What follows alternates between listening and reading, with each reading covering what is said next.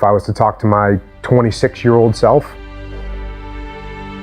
I would tell that kid that you don't have time.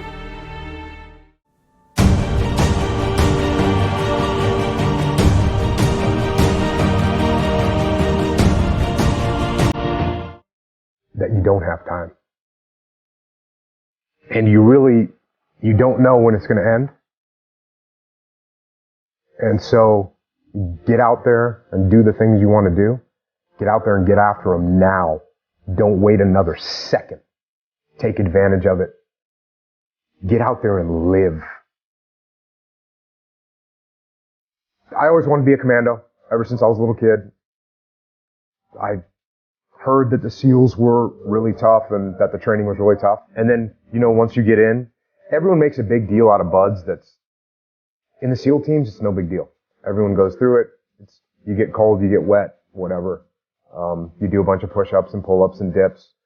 But it's anyone that gets to the SEAL teams and does deployments overseas and has a real career, they're not talking about buds training. Okay. It just doesn't mean anything. I wasn't a great athlete. You got kids in there that ran college track or swam in college, and anybody that ran college track or college cross country is going to breeze through every run.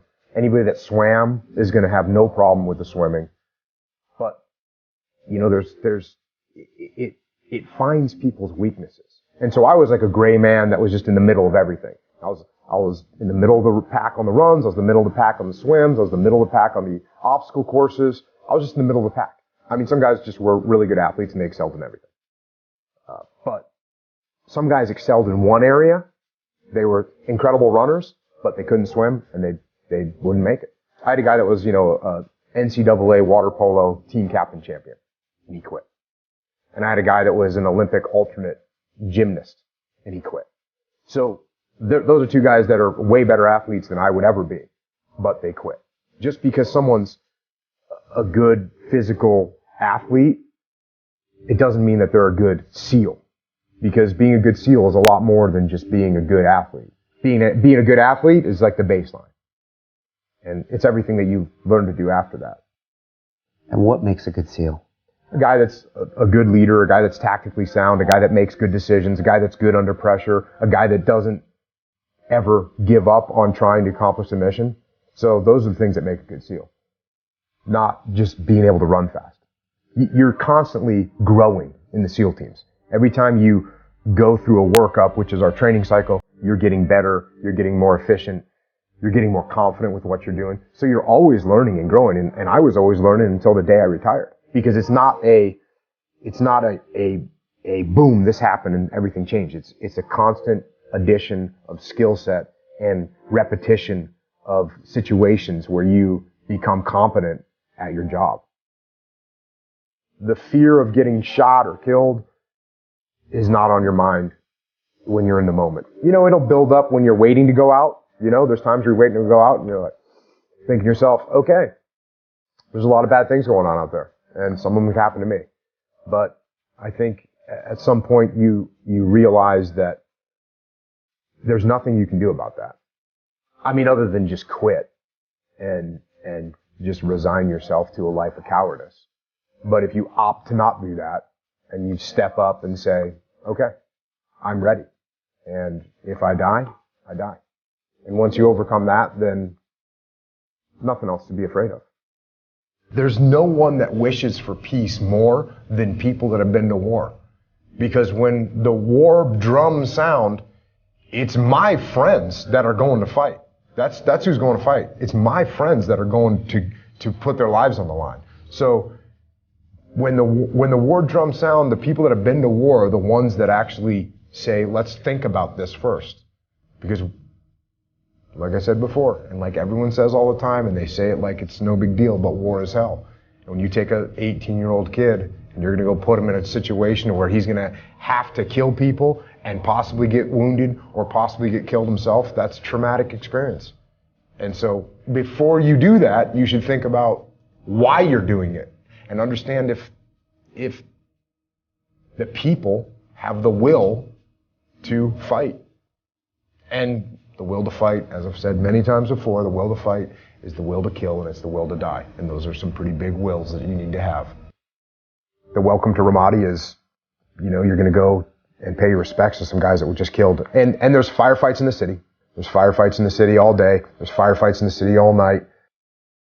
How do you lead your men through that when you know they're dealing with not only the funerals, which definitely take a psychological toll, but then even that just constant firefighting over there? I mean, do you have to switch up your gear and think, okay, I got to lead stronger or maybe a little easier in certain scenarios? Are you changing a little bit? Yes, you do have to modulate your leadership. And you have to do that if you're in the business world. You have to do that if you're leading any kind of team. You've got to modulate, and you got to recognize when your guys need to be pushed and when your guys need to be not pushed and given a rest. So you're constantly doing that, regardless of what kind of team you're leading. And in combat, like, I say all the time, it's amplified, because if you push your guys too hard in combat, they're going to break.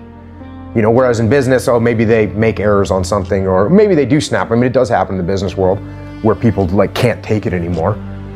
But in combat, it'll happen very quickly.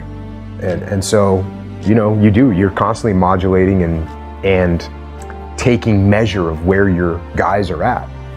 And, sometimes I didn't do a great job of that. Sometimes I went a little far and said, ooh, wow, I just saw the look on that guy's face. He needs a rest.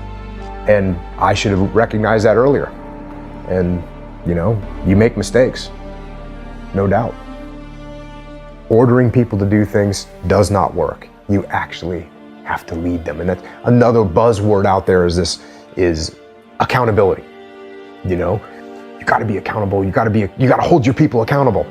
And to me, accountability is a tool. It's a tool of leadership, but it's not the primary tool of leadership. It's actually a crutch. It's actually a tool to use when you don't pull off leadership correctly. I didn't hold my guys accountable. I didn't, walk down the line and inspect what they were doing. And no, I didn't have to hold them accountable.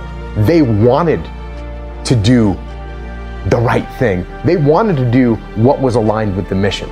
And that's what leadership is. It's not about accountability. It's about leading and getting them to lead themselves and getting them to take ownership of things. When something goes wrong, I freeze up. I get stagnant. I don't want to move. I just ask myself, why me? Any advice? You ask yourself, why me? If you're having problems, sure, say good. That's perfect. But then don't ask yourself, why me? Instead, ask yourself, now what am I going to do about it?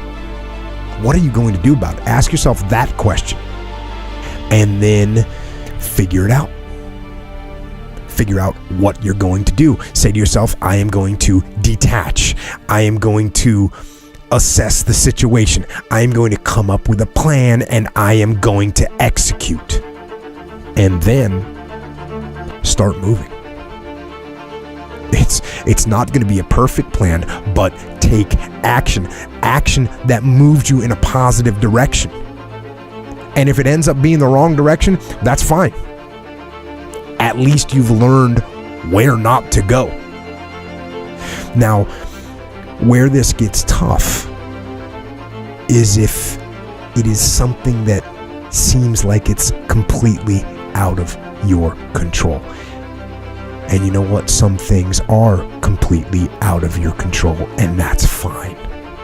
And when that happens, you ask yourself, what can I control?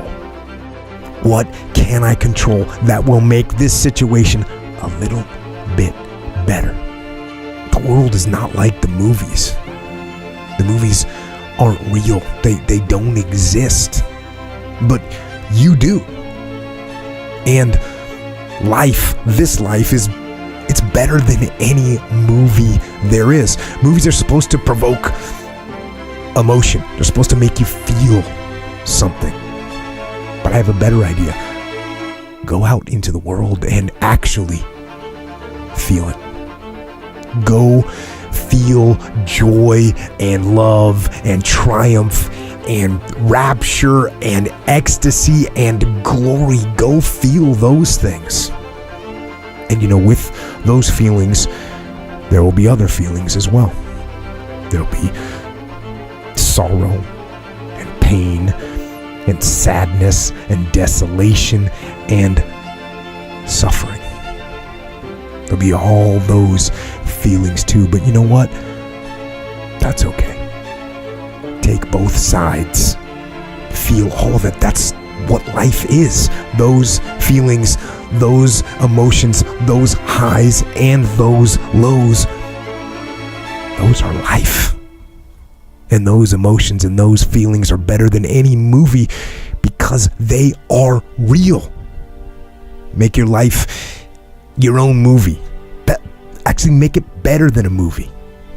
Not better because it's more adventurous or more romantic or more melodramatic.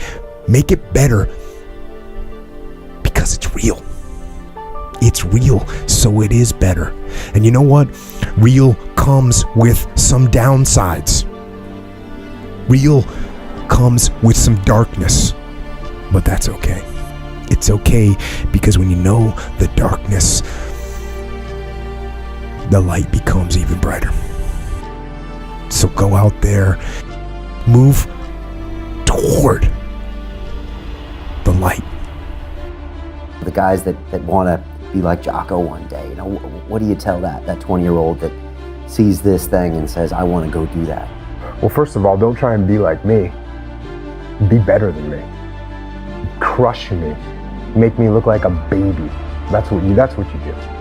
And don't talk about it. Don't mull it over. Don't plan for it. Just get after it. Just get after it. Make it happen. Use your force of will to make it happen. As a human being, the strongest thing you've got is your force of will. So take that force of will and make that happen.